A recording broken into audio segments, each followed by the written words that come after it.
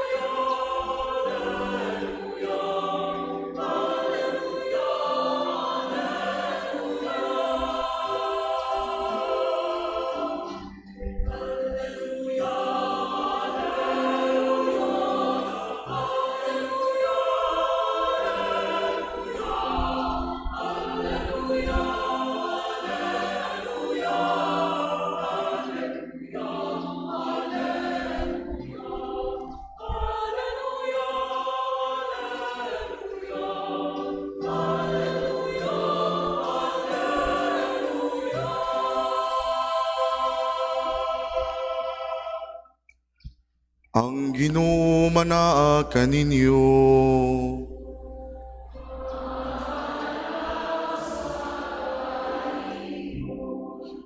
Kinutlog gikan sa Ebanghelyo sumala ni San Juan.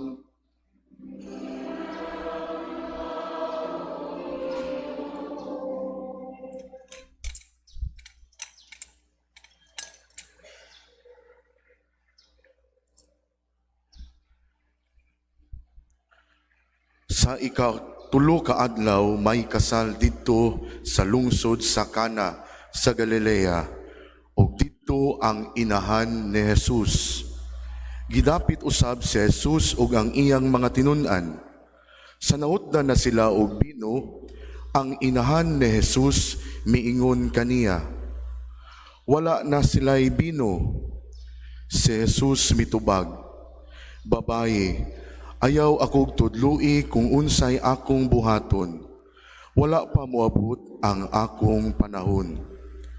Unya giingnan sa inahan ni Jesus ang mga sulugoon, "Buhata ninyo bisan unsay iyang isugo kaninyo." Ang mga Hudeo may mga tulumanon sa ilang tinuhuan labot sa pagpanglinis. Ug tungod niini, didto'y gibutang nga unom katadyang bato nga sudlanan og tubig. Ang matag usa ka sudlanan ug kawaan ngadto sa katluan ka galon nga tubig. Si Jesus miingon sa sulugoon, "Pun-a ninyog tubig kining mga tadyaw," ug ila kining gipuno. Unya miingon siya kanila, "Kab-a ang tubig ug dad-a ngadto sa mga tinugyanan sa mga kumbira." Ug gidala nila kini ngadto kaniya, ug ang iyang gitilawan ang tubig nga nahimo ng bino.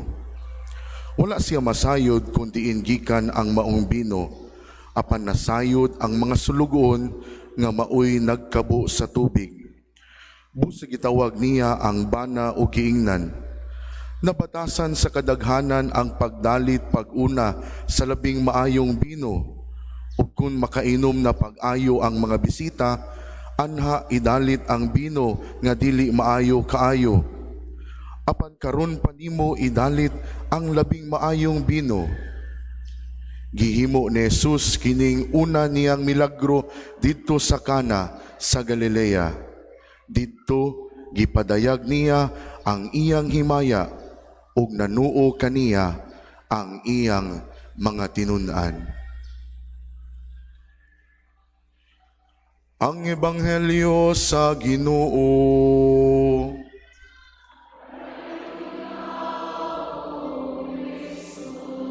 Palihog magpabiling magtindog.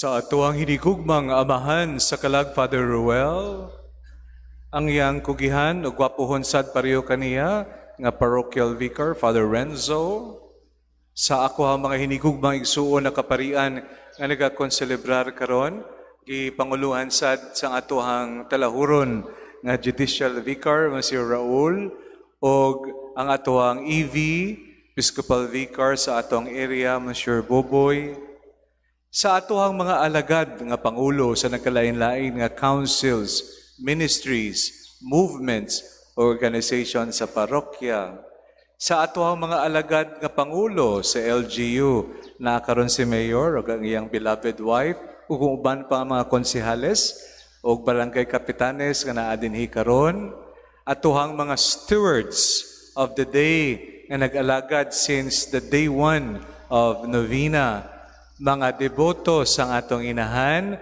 mga hinigugmang igsoon kang Kristo, malaumon nga fiesta kaninyong tanan.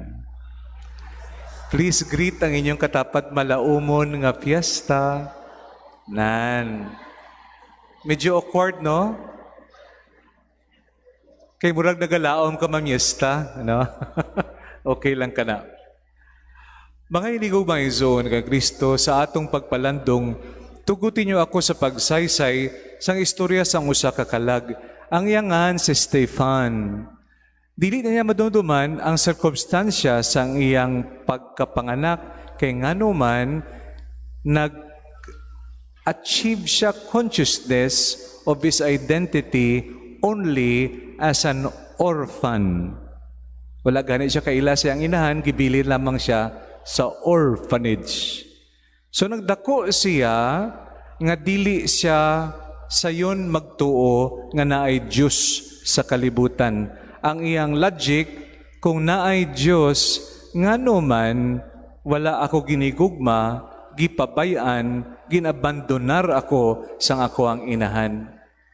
So pait kaayo ang iyang kasinatian, he grew up bitter. Dili siya magampo, mabugol-bol lang siya. Ilihok ko niya lang yung baba kung magtudlo ang mga madre, pero wala jud siya gaampo.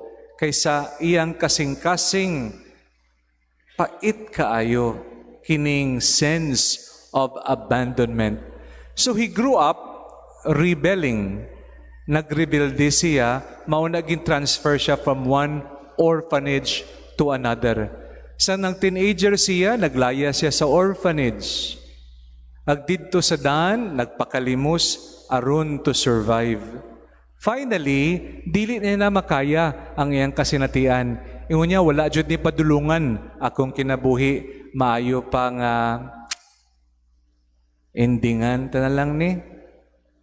So mauna iyang dautan nga paminsaron, ang iyang gipakalimos, ingon niya, kung asa ko dalon kini, nagpalit siya ticket sa tren, nagsakay siya diri sa France ni Dapita, o ingon niya didto na lang ko magdesisyon to end it all. Ang tren naghunong sa Lourdes, last stop. So gisunod niya malang ang uban nga mga pilgrims, and he found himself sa may entrance sa sanctuaryo og naay word volunteers. Nagduol siya, gipakaon siya tinapay o gipainom kape o giingon, dong, kung mo-volunteer ka, then pwede ka makadawat kang tinapay o kape o katre. So ingon niya, sige diri siguro ni akon katapusan, pero maayo man na matulog ko sa una. So he enlisted to become a volunteer. Ang una niya nga trabaho, brancardier, meaning carrier of the stretcher sa mga masakiton. Then naggraduar siya sa pagtulod kang mga wheelchair. Ang pinakaulahi niya nga assignment, ingon niya, paita, daghan sa daga-antos diri, maujid maning kinabuhi, puro pag-antos, puro kasakit, puro kasubo. So dapat I will end it all. Ay ikatulo niya nga assignment, mao ang magpreparar sa may groto. Wala man siya background on Catholic Mariology, pero nagsunod lang siya para sunod nga adlaw base may kape pa siya og tinapay og tuluganan. Ang groto dool lang sa may suba. Paingon niya, maayo jud ni kay dool sa suba. Sayon lang mag-jump. Actually, bisan dili ka balunod, sa hypothermia lang sa lamig, you can die because of the freezing temperature of the water from the Pyrenees. So ingon niya, I now know how I will end my life. Pero bag-o diha, kay tungod medyo buutan man siya, ginbuhat niya iyang duty, nanilhig siya sa groto. Ang groto, kita ina sa likod ni Mama Mary, sa aton pa sa Bisaya, kuweba o langob. Diha na altar sa tunga, og nanilhig siya palibot sa altar. Ingon niya, bago ko ni buhaton ang akohang plano, sige na lang tiwason ko ni ang akong assignment. Nanilhig siya sa paglibot niya tuyok sa pikas sa altar, pagpanilhig niya, nakahangad siya. Sa mga nakakadto na sa Lourdes, diha sa sulod mismo sa groto, na ay imahin parehas kini sang atuang hinigugbang inahan. Paghangad niya, nakita niya ang usa ka babayi nga naga-smile kaniya. Dili niya masabtan, dili niya ma-explain, pero right there and then, ang kagahi, ang hard-heartedness, ang iyang pain and bitterness slowly melted away as he broke down, sobbing in tears. Perting hilaka niya. For the first time in his life, kining tawhana, nga wala naka-experience siya pagigugma sa isa kainahan, kay ginabandonar man siya, dili niya masabtan sa atubangan kining imahin, na-realize niya, kining smile para jud kaniya. It's as if telling him, you think nobody loves you? Naapay inahan nga nagahigugma kanimo, naa ako dinhi para kanimo. Mga hinigugmang ison kang Kristo, kanang langob, mauna ang groto sang atuhang inahan dito sa Lourdes, France. Pagkahuman ni Ana, ang iyang conversion happened. Kining si Stephen, instead of becoming Stephen the atheist, kaya wala siya nagatuo sa Diyos, became known sa iyang nickname, Stephen, the Hope Giver. Nagpabilin siya sa Lourdes o nagpadayon mangin volunteer. He volunteered nga mag-guide sa confession, he volunteered maghatag tubig sa masakiton, usahay sa mga pamatanon, maminaw lang siya og maghatag advice. Siya nga nakasinati depression og despair, nasabtan sad niya ang daghang pamatanon nga naguol, and he became a source of inspiration for them. In the end, si Stephen, who went there to end his existence, found a new meaning through the gift of hope gikan sa ato ang inahan, Birhen Maria, inahan sa Lourdes. End of the story. Mga hinigugmang ison kang Kristo, kaanindot kini nga nahitabo kang Stephen. Pero kanato kaha, nagalingkod lang kita diha, ang uban nga tawo, ang katapad mo, wala kaila kanimo. Pero hilom lang, usahay na ata ginadala nga sense of despair o hopelessness. Kanang bitaw, namatay ang atong miyembro sang pamilya, kanabitaw naa kay loved one, pero na-discover mo na adi ay siya loved one, loved twice, loved thrice. Ikaw katong ikatulo, loved thrice. Or na-discover ni mo kining lisod kaayo mangin amahan o ginahan, kining panahon sa ekonomiya. Daghanta na sinati, pandemya o debt, karon naman ang bagyo sa mga presyo. Usaha ka, paano ka naton how to arrive at finding a source of livelihood para sa atong mga anak. Kining tanan na ay kaguol that can oppress our soul and can make us hopeless. Ang kasinatian ni Stephen, mausad ang atong masabtan. Sa pagkatinuod, pagkadto na ako dito sa Lourdes, bago lang namatay akong amahan. So mauna na sabtan jud nako kanang bitaw bati nga huna-una nga wala na jud umaabot. Pero mauning mayong balita. Ang ebanghelyo kung naminaw kita is the famous miracle at the wedding at Cana. Unsa man ang krisis, mahutdan kang bino. Kung mahutdan kang bino, dili lamang physically wala na imnon ang bisita, mauwawan ang mga bisita o ang kikasal bag-o. Murag bad luck, bad omen para kanila. Unsa ang tubag ni Maria? Mary, in the midst of that crisis, entered the scene. She was sensitive to the suffering of the newlywed couple. O giingnan niya ang mga nagatabang sa kusina, duol kamo kaniya. Pointing to Jesus, follow what He says.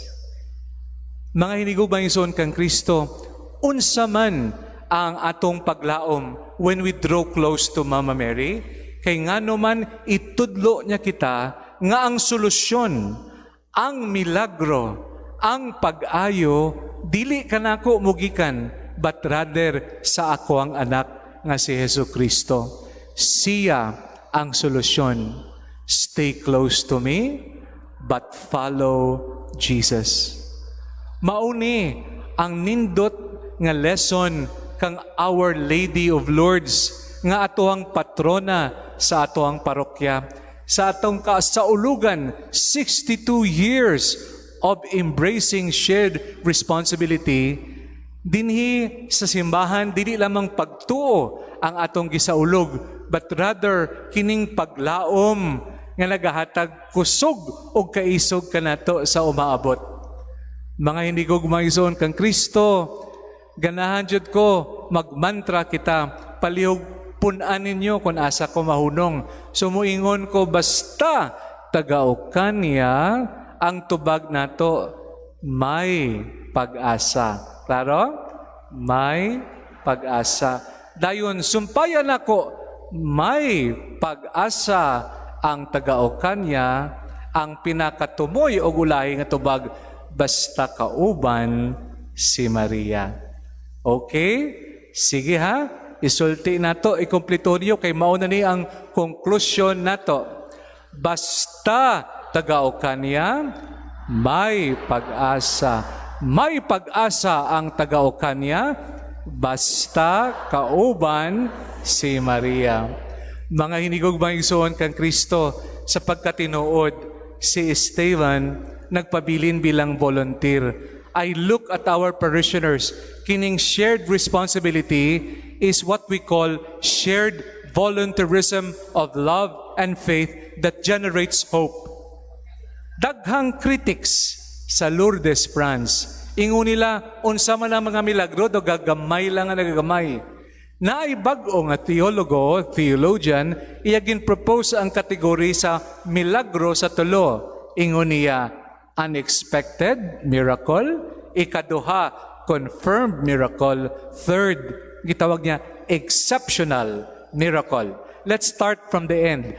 Ang exceptional miracle, may tiguang nga madre, na siya'y sakit sa tiil, pagka-prosesyon niya, o pagka-experience kang Eucharistic adoration, nagbarog siya, o nag-ayo siya. She regained her health. Exceptional miracle. Ikaduha, confirmed miracle. Pag-abot diha na ay psychological, physiological, emotional problem. Pagbalik sa ilang lugar na ay improvement. Wala man total healing, but confirmed medically nga na ay improvement. Confirmed miracle. Ang dili pamoso pero pinaka lapat bitaw ang iyang epekto, mao ang gitawag nila nga unexpected miracle. Every year, 6 million ang pilgrims nga nagakadto sa Lourdes. Kinsa ang nagapadagan o nagatabang? Ang mga volunteers. Ingon nila, they could not understand how Lourdes can survive in terms of administration, procession, misa, dagkot kandila, pakumpisal, pag-counseling, pagtabang sa pagpaligo sa mga masakiton. May ara sila ospital sad. Ang tubag, mao ang unexpected miracle of volunteers. Diri sa parokya nato, as I look at you, I am looking at living miracles. Gikan sa inyong amahan sa kalag, Father Ruel o Father Renzo, sa PPC, tanan nga mga volunteers, bata man o tiguang, kamo ang unexpected miracle sa Lourdes sa Ocania.